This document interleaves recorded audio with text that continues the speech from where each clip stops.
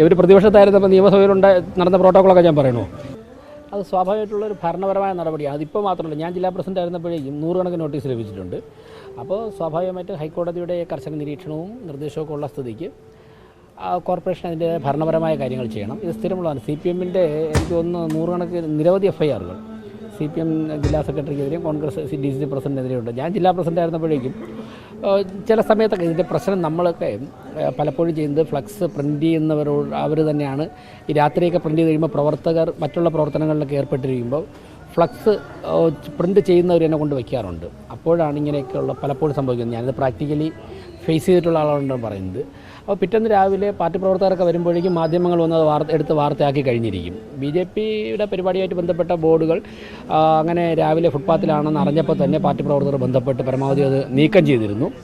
അന്ന് ഒരു പകൽ മാറ്റാൻ പറ്റാത്ത ചില ബോർഡുകൾ ചില സ്ഥലത്തുണ്ടായിരുന്നു. അതൊക്കെയാണ് മാധ്യമങ്ങളെടുത്ത് വാർത്ത കൊടുത്ത്, സോഷ്യൽ മീഡിയ വാർത്ത കൊടുത്ത് ജില്ലാ അധ്യക്ഷൻ അതറിഞ്ഞ ഉടൻ തന്നെ അദ്ദേഹം ആ തിരക്കിനിടയിലും പരമാവധി ബോർഡുകളൊക്കെ തന്നെ അവിടെ നീക്കം ചെയ്തിരുന്നു. ഇപ്പോൾ കോർപ്പറേഷൻ നോട്ടീസ് കൊടുത്ത് പിറ്റേ ദിവസം ഉച്ചയ്ക്ക് 1-1.5 മണിക്ക് കേസ് വീണ്ടും ഹൈക്കോടതി വെച്ചിരുന്നു. ആ സമയത്തുള്ളൊരു ഭരണപരമായ നടപടിയാണത്. അതിൻ്റെ രീതിക്ക് ഇല്ല. അന്ന് എയർപോർട്ടിൽ പോയിരുന്നെങ്കിൽ മറ്റു 2 പരിപാടികൾ എത്താൻ സാധിക്കില്ല. അതായത് ഞാനിപ്പോൾ കുറച്ചുകൂടെ വ്യക്തമായിട്ട് പറയാം. എയർപോർട്ടിൽ നിന്നും പ്രധാനമന്ത്രിയുടെ വാഹനം വരുമ്പോഴേക്കും അതിൻ്റെ ക്രൈറ്റീരിയ എന്താണ്? പ്രധാനമന്ത്രിയുടെ വാഹനം, അതിൻ്റെ മുൻപിലും പിൻപിലുമായിട്ട് അദ്ദേഹത്തിൻ്റെ സുരക്ഷാ വാഹനങ്ങൾ, അത് മിനിമം ഒരു 15 വാഹനങ്ങൾ കാണും. അദ്ദേഹത്തിൻ്റെ സുരക്ഷാ വാഹനം, ഈ ബോംബ് സ്ക്വാഡൊക്കെ ഉൾപ്പെടെ. അത് കഴിഞ്ഞാൽ പ്രോട്ടോകോൾ അനുസരിച്ച് അടുത്ത ഗവർണറാണ്. ഗവർണറുടെ സുരക്ഷാ വാഹനം ഒരു 10 വാഹനം അതുണ്ടാകും. അത് കഴിഞ്ഞാൽ അടുത്ത വാഹനം ബഹുമാനപ്പെട്ട മുഖ്യമന്ത്രിയുടെ കാണും. മുഖ്യമന്ത്രിയുടെ വാഹനത്തോടൊപ്പം മിനിമം ഒരു 15 മുതൽ 20 വരെ വാഹനങ്ങൾ, സുരക്ഷാ വാഹനങ്ങളുണ്ടാവും. ഇനി ഞാൻ എയർപോർട്ടിൽ പോയിരുന്നെങ്കിൽ മേയറുടെ വാഹനം വരാൻ പോകുന്നത് മുഖ്യമന്ത്രിയുടെയും സുരക്ഷാ വാഹനത്തിൻ്റെ, അതായത് ആംബുലൻസ് കഴിഞ്ഞിട്ട്, മോട്ടോർ കേഡിൽ ആംബുലൻസ് കഴിഞ്ഞിട്ടാണ് മേയർക്ക് വരാൻ പറ്റുന്നത്.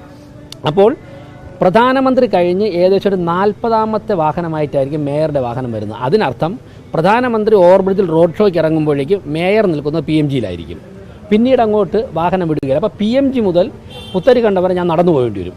പിന്നെ പ്രധാനമന്ത്രിയും പ്രസിഡന്റും വേദിയിൽ കയറി കഴിഞ്ഞാൽ മറ്റാരെയും വേദിയിൽ കയറ്റുകയില്ല.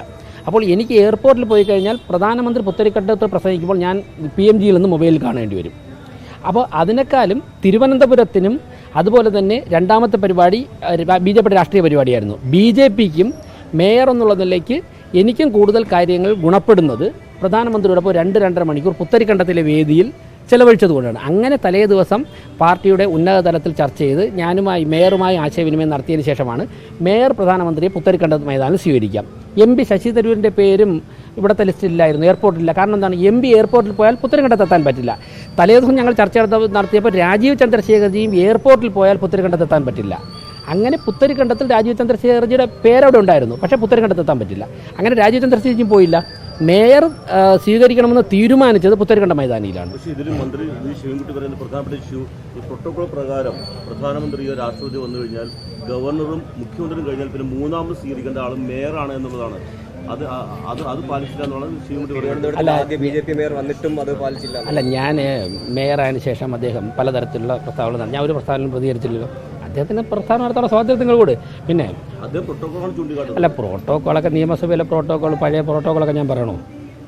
അല്ല, പ്രോട്ടോക്കോള് ഇവർ പ്രതിപക്ഷത്തായിരുന്നപ്പോൾ നിയമസഭയിൽ നടന്ന പ്രോട്ടോക്കോളൊക്കെ ഞാൻ പറയണോ? ഞാനത് അദ്ദേഹം പറയുന്നതൊക്കെ ഞാൻ ആസ്വദിക്കുകയാണ്. ഇത് ഞാൻ മേയറായ ശേഷം ഒരുപാട് സ്റ്റേറ്റ്മെൻറ്റുകൾ വന്നല്ലോ. അത് നമുക്ക് ആ തരത്തിൽ നിങ്ങൾ ഒരു സ്വാതന്ത്ര്യം കൂടെ അദ്ദേഹം പറയട്ടെ.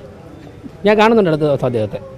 ലോകത്തെവിടെയായാലും ഏത് സമയത്തും 24 വാർത്തകളും ഓഗ്മെന്റഡ് റിയാലിറ്റി പാക്കേജുകളും എക്സ്പ്ലെയിനറുകളും വിശദമായി കാണാൻ ഞങ്ങളുടെ YouTube ചാനൽ നിങ്ങൾക്ക് സബ്സ്ക്രൈബ് ചെയ്യാം.